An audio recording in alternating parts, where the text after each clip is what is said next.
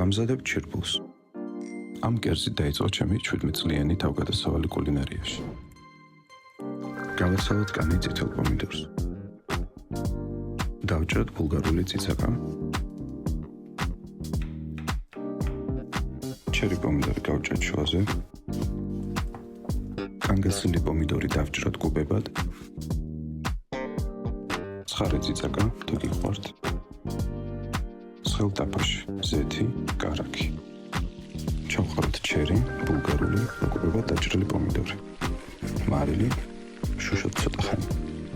დავჭირდება 5 კვერცხი, 4 სკული გავაცალოთ, დანარჩენი გავთიფოთ კარგად. ჩავასხათ ტაფაში, ოდნავ მოურიოთ და დავაცადოთ შებრა. დავუმატოთ კვერცხის სკულები, მოვაყაროთ შავი პილპილი.